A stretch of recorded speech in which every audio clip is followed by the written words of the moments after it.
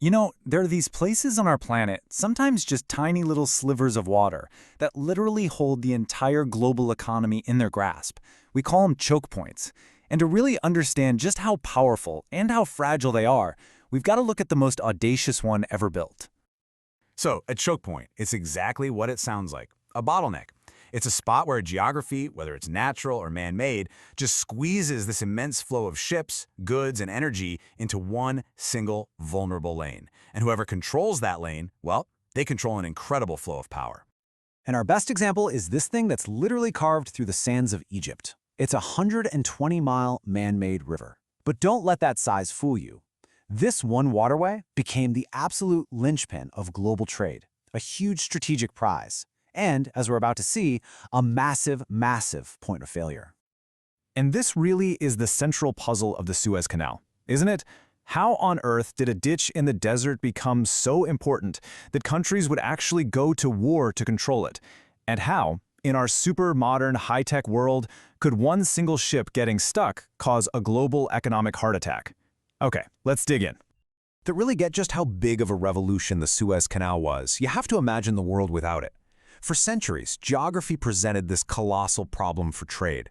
You had Africa and Asia just sitting there, forming this massive land barrier between Europe and the Indian Ocean. I mean, just look at the difference here. It is staggering. Before 1869, if you wanted to get from, say, London to Mumbai, you had one choice: go south, all the way down the Atlantic, all the way around the tip of South Africa, and all the way back up the Indian Ocean. A brutal 12,300-mile journey. After Suez, it's a straight shot through the Mediterranean. You're saving thousands of miles and weeks, if not months, of travel time. And look, this wasn't just some small improvement. It was a complete re-engineering of the planet's shipping lanes.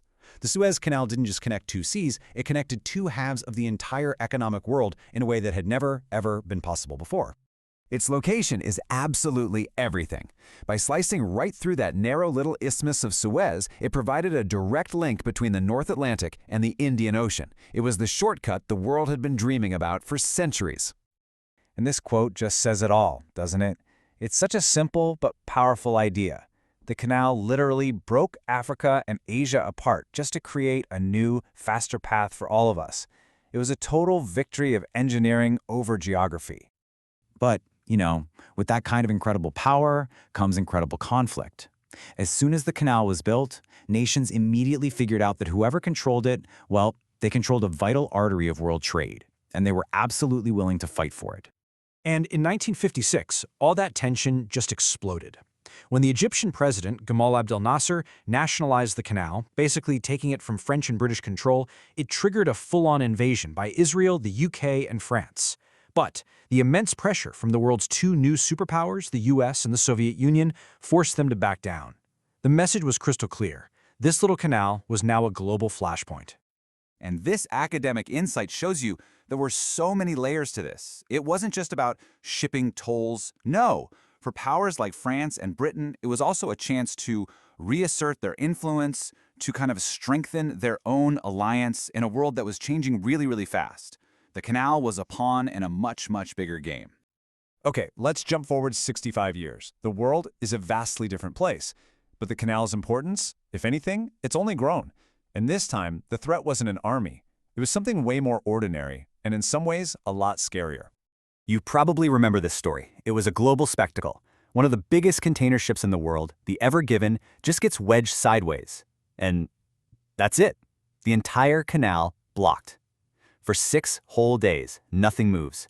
We're talking hundreds of ships carrying everything from oil to iPhones, just stuck in a massive floating traffic jam with the whole world watching and waiting. So what's the price tag for a 6-day traffic jam? The world basically held its breath and started doing the math, and the number they landed on was just mind-blowing. $9.6 billion. But wait, here's the real kicker. That wasn't the total cost. Oh no, that was the estimated cost for every single day. To put that into perspective for you, that is more than the entire annual economy of dozens of countries lost each day the canal was shut. A truly unbelievable figure, all because one boat got stuck. So when you put these two events right next to each other, you see this really powerful story taking shape. The 1956 crisis was all about military and political control. It proved the canal was something worth going to war over. But the 2021 blockade, that was all about logistics and economics. It proved just how fragile our interconnected global supply chain really is and how completely dependent we are on this one single spot. So what's the big picture here? What do we take from all this? The story of the Suez Canal is really this powerful lesson in human ingenuity, geopolitical power, and just incredible vulnerability. The crucial takeaway is this. By conquering geography, we created a shortcut that basically put globalization into overdrive. But in doing that, we also created a single point of failure. The Suez Canal is this amazing testament to what humans can build. But the Ever Given is a really stark reminder that the systems we all rely on are often way more fragile than we think. Think about it. The Suez Canal was designed, it was built, it can be widened. But what happens when a choke point isn't man-made? When it's a natural bottleneck that was shaped by geology, not by engineers, and is even harder to control? Well, that question takes us to the other side of the world, to the busiest and maybe the most dangerous shipping lane on the entire planet. All right, we're going to dive into the most important natural shipping lane on the entire planet. No, we're not talking about man-made canals. This is a narrow waterway that nature itself carved out, and it has become this absolutely critical and super vulnerable artery for the whole global economy. Let's get right into it. You know, to really wrap our heads around the Strait of Malacca, you've got to appreciate the insane scale of modern shipping first. I mean, look at these things. They're not just boats, right? They're basically floating cities of commerce. They are the lifeblood of our globalized world, carrying literally everything from the phone in your pocket to the gas in your car. And here's where things get really tense. Just imagine for a second, taking a quarter of everything the world buys and sells and forcing it all through a bottleneck that's narrower than a lot of city streets. Now, this isn't some hypothetical question. This is the reality every single day in the Strait of Malacca. It creates what experts call a maritime choke point. And believe me, it is a huge, huge deal. So yeah, let's start with that big picture, just to truly grasp how much of our entire global system depends on this one little stretch of water. The numbers here are just, well, they're staggering. First off, the sheer volume of traffic is just mind-boggling. We are talking about more than 100,000 ships every single year. You know, it's not really a shipping lane so much as it is a permanent 24/7 traffic jam on a global scale. And all those ships, they're carrying an incredible chunk of the world's stuff. Somewhere between a quarter and a third of everything that moves by sea passes right through this one spot. Think about that for a second. Raw materials, finished cars, electronics, all of it funneling through this one single location. And if you really want to understand its role in global energy, look at this. 16 million barrels of oil every single day. This is the main highway connecting the big oil producers in the Middle East to the massive, energy-hungry economies of China, Japan, and South Korea. So you can imagine any little disruption here sends immediate shockwaves through the entire world's energy markets. But why here? It really all comes down to geography. What is it about this specific place that makes it both the perfect shortcut and the perfect bottleneck? Well, this brings us to a really key idea, the maritime choke point. It's a pretty simple concept with absolutely massive consequences. Basically, it's any narrow passage that's critical to world trade, where even a small blockage can cause instant global chaos. It's a single point of maximum efficiency and also maximum vulnerability. And that is the great paradox of the Strait of Malacca. On the one hand, it's this amazing 550-mile-long shortcut, the most direct route between the Indian and Pacific Oceans. But on the other hand, it forces the biggest ships in the world into the Phillips Channel, a passage that's only 1.7 miles wide. That's kind of like taking an 8-lane superhighway and forcing all the traffic down a 1-lane country road. So, what happens when you have this predictable, endless stream of slow-moving ships packed with valuable cargo? Well, you create the perfect opportunity for a massive global security problem: modern-day pirates. Yep. Because of that geographic funnel we were just talking about, this strait has become the world's #1 hotspot for piracy and armed robbery at sea. The very same things that make it so efficient for trade also make it the perfect hunting ground for people who want to prey on that trade. And no, we're not talking about pirates with parrots and eye patches here. This is happening right now, and it's actually getting worse. The latest data from the Recap Information Sharing Center is frankly alarming. In just 1 year, the number of armed robbery incidents in the first quarter more than tripled. Tripled. And these attacks, they follow a pretty clear playbook. The pirates use the cover of darkness, they work in these small, fast groups of 4 to 6 guys, they're often armed, and they go after the slowest moving ships, the big bulk carriers and tankers that are easy to board, and they're usually looking for stuff like valuable engine parts, ship property, anything they can grab and get away with quickly. But we have to remember the human element here. This isn't just about stolen stuff. This quote from a recent report really shows you the kind of danger the crews are in. People are being tied up, they're being locked in rooms, they're being terrorized. It is a violent, terrifying reality for the sailors who keep our world moving.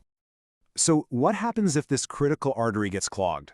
It doesn't matter if it's an accident, a blockade, or just rising piracy. The ripple effects are felt across the entire globe. Let's zoom back out for a second and look at those consequences. Here's the thing, there are no good alternatives. Rerouting is not a simple fix. The nearest options add hundreds of millions of dollars in shipping costs every month. And having to go all the way around Australia, that's an extra 2.8 times billion dollars a month. And you can bet that cost eventually gets passed down the whole supply chain right to us, the consumers. So what's the bottom line here? The Strait of Malacca is the world's most critical, natural choke point. It wasn't designed by people. It was shaped by pure geography. And that makes it an absolutely indispensable link in the global economy, but also an incredibly fragile one. So the Strait of Malacca's vulnerability is really just an accident of nature. But that kind of makes you wonder, what happens when a choke point is created on purpose? What about a shortcut that was built not just for money, but for raw geopolitical power? We're going to explore that next time when we dive into the Panama Canal. All right, let's talk about the Panama Canal. It's really the ultimate story of a geopolitical choke point, but maybe not for the reasons you think. Okay, so think about this. Most of the maritime choke points we see are basically accidents of geography, narrow straits carved out by nature. The Panama Canal? It's completely different. This thing was engineered. It was an act of pure will, built for a very, very specific and powerful purpose. And this is really the whole point we're making here.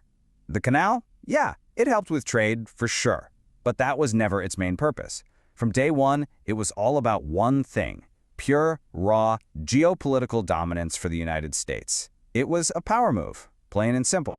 So to really get this, we've got to go back and understand the massive strategic problem the United States was trying to solve at the turn of the 20th century. I mean, just look at these numbers. This really shows you the insane scale of what they called the two-ocean problem. Before the canal, if you wanted to get a naval fleet from the Atlantic to the Pacific, you had to go all the way around the tip of South America. We're talking 13,000 miles, a journey that took months. It basically split the U.S. Navy in half, which made projecting any kind of real global power, well, pretty much impossible. And the canal? It solved this problem just like that, overnight. A journey of months now took just a matter of days. And let's be clear, this wasn't just about saving time. No, it was a total game changer. It was a force multiplier that turned the United States into a true two-ocean naval superpower. But, and this is a huge but, achieving this geopolitical dream came at a price that is just almost unimaginable. This whole project was basically a war fought on two fronts, one against the impossible landscape itself, and another one against the very people who built it. In this picture, wow. It just perfectly captures the sheer scale of that engineering challenge. This is the Culebra Cut. You're looking at workers literally carving a path through the mountains of the Continental Divide, by hand, with steam shovels, moving millions and millions of tons of rock and earth in a sweltering, disease-infested jungle. Just unbelievable. 25,000. Just let that number sink in. That's the estimated number of people who died building this thing, across both the French attempt and the American one. And here's the crazy part. The vast majority of them didn't die in landslides or from dynamite accidents. Nope, they died from mosquito bites, from malaria and yellow fever. And all of this brutal, deadly work was done under a deeply, deeply segregated labor system. American officials set up what they called the gold and silver rolls. If you were a white American worker, you were on the gold roll. You got paid in gold, you got good housing, food, healthcare.